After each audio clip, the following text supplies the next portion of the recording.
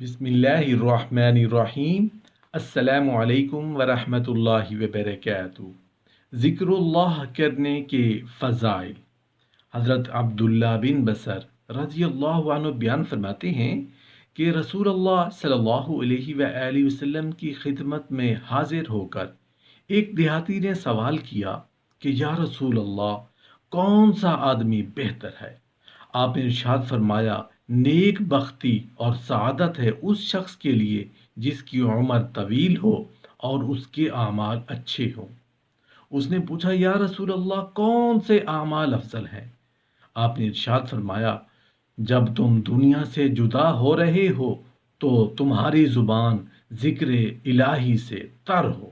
حضرت معاذ بن جبل رضی اللہ عنہ نے بیان کیا کہ نبی کریم صلی اللہ علیہ وآلہ وسلم نے ارشاد فرمایا، اہل جنت کو دنیا کی صرف اس ساعت کا قلق ہوگا جو ذکر الہی سے خالی رہ گئی ہوگی۔ نبی کریم صلی اللہ علیہ وآلہ وسلم نے فرمایا، جس نے 100 مرتبہ لا الہ الا اللہ اور 100 مرتبہ اللہ اکبر کہا تو یہ اس کے لیے 10 غلام آزاد کرنے اور 7 اونٹ یا گائے ذبح کرنے سے بہتر ہے۔ حضرت ابو ایوب انصاری رضی اللہ عنہ نبی کریم صلی اللہ علیہ وآلہ وسلم ارشاد نقل فرماتے ہیں کہ جس شخص نے 10 مرتبہ یہ کلمہ پڑھا، یعنی لا الہ الا اللہ وحدہ لا شریک لہ لہ الملک ولہ الحمد وہو علی کل شیء قدیر، اللہ کے علاوہ کوئی عبادت کے لائق نہیں، وہ اکیلا ہے، اس کا کوئی شریک نہیں، اسی کی بادشاہی ہے اور اسی کے لیے تعریف اور ہر چیز پر قادر ہے۔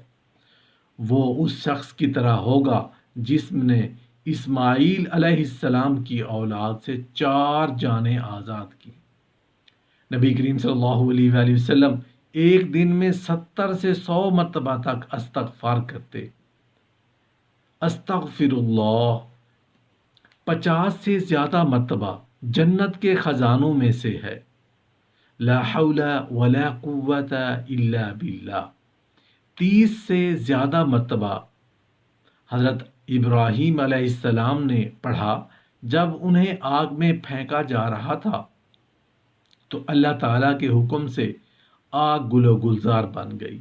حسبنا اللہ و نعم الوکیل 31 سے 33 مرتبہ رسول اللہ صلی اللہ علیہ وآلہ وسلم کو جب کوئی مشکل معاملہ پیش آتا تو پڑھتے، یا حی یا قیوم برحمتک استغیث 20 سے 22 مرتبہ۔ اللہ تعالیٰ نے فرمایا، تم مجھے یاد کرو میں تمہیں یاد کروں گا، اور میرا شکر کرو اور میری ناشکری مت کرو۔